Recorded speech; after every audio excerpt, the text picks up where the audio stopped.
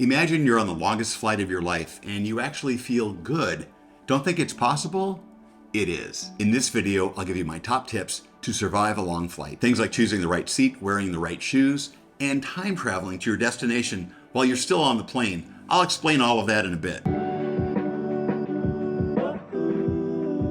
Hey, I'm Jeff Katurba. I'm a creative problem solver and your personal travel guide. For more travel tips, be sure to check out my channel. Long-haul flights can be tough, but with the right approach, you'll be comfier and cozier during your journey. Plus, you'll feel more refreshed when you reach your destination. So sit back, relax, and enjoy these top tips on how to survive a long flight. Choose the right seat. Do you want privacy?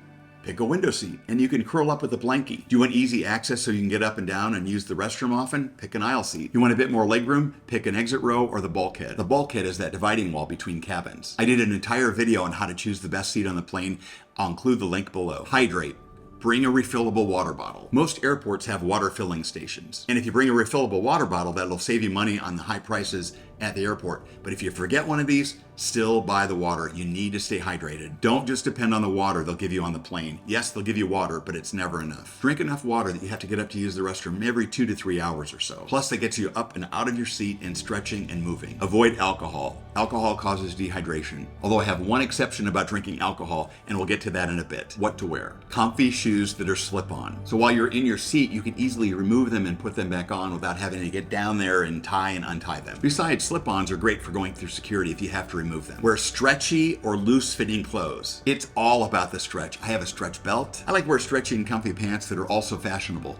There's so many stylish options out there. I also always wear a sport coat with a lot of stretch. And if you're dressed fashionably when you land in Europe, you won't stick out like a tourist. Layer up. Airplane temps can really vary. If it's too warm, you can take the top layer off. If it's getting too cold, add that extra layer. And moisture wicking clothes can be really great too. And pockets. Pockets are great. They're perfect for snacks, your passport, your glasses, medicine, whatever it is you need. Pockets are your friend. For more pockets, I always wear a sport coat with stretch. One of my heroes, Stanley Tucci, he always travels with a sport coat. And I like to think if you're wearing a sport coat, you might get a little better service. Also, your carry-on bag. Bring a carry-on with lots of pockets. Personal comfort kit. That includes things like hand lotion, toothbrush, toothpaste, mouthwash, floss picks, eye drops, Kleenex, lozenges. Generally speaking, they're not going to have those on the plane, so bring those with you. You'll be glad you did. Sleeping strategies. Bring a neck pillow, eye mask, noise-canceling headphones. Usually the airlines will provide you with a blanket and a pillow. However, bring something soft and cozy from home, even if it's just your pillowcase that smells like home. Something that reminds you of your bed and gets you all cozy. To change things up, elevate your feet on your personal item. You can also put your personal item on your lap and use it like a little bed. Okay, this might sound crazy, but deprive yourself of some sleep the night before. Start resetting your body clock before you leave on your trip. Limit caffeine before and during the flight. Okay, remember when I said no alcohol?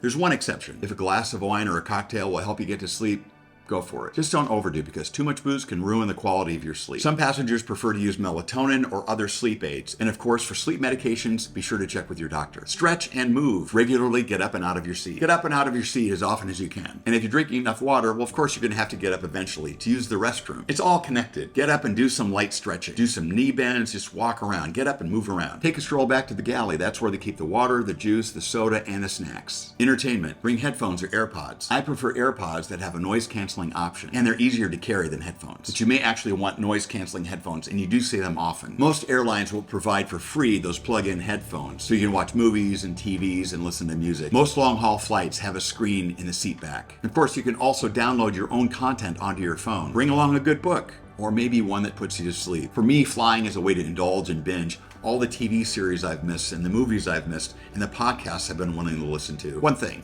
just one thing. Limit your entertainment so that you also have time to rest. Snack stash. Bring non-perishable snacks like a protein bar, trail mix, nuts, fruits, especially a banana. Bananas are loaded with potassium. They can regulate blood pressure and ease muscle cramps. Regarding eating airplane food, another hero of mine, Anthony Bourdain, rarely ate on the plane. Bourdain once famously said no one ever felt better after eating airplane food. He said often people eat on the plane out of boredom. Plus, Bourdain liked to arrive at his destination hungry, which is a great strategy. Either way, eat lightly. Oh, and bring wet wipes. Bring a phone charger. On most wide-body aircraft, you can almost always charge your phone at your seat. Most American-based airlines have outlets and ports that'll accommodate modern technology. But hey, it doesn't hurt to bring along a portable power bank to charge. It just depends on if you want to save extra room in your bag. Pro tip, AB PC, always be charging. Always be charging your phone and make sure you're fully charged up before landing at your destination. And finally, time travel to your destination. Use a screen in your seat back as your travel map. You can watch the progress of your trip and check the current time at your destination. If you have a watch, you can set it to the current time at your destination. You could even do that a few days before you leave. You may still be flying over Iceland, but imagine what people are doing in Spain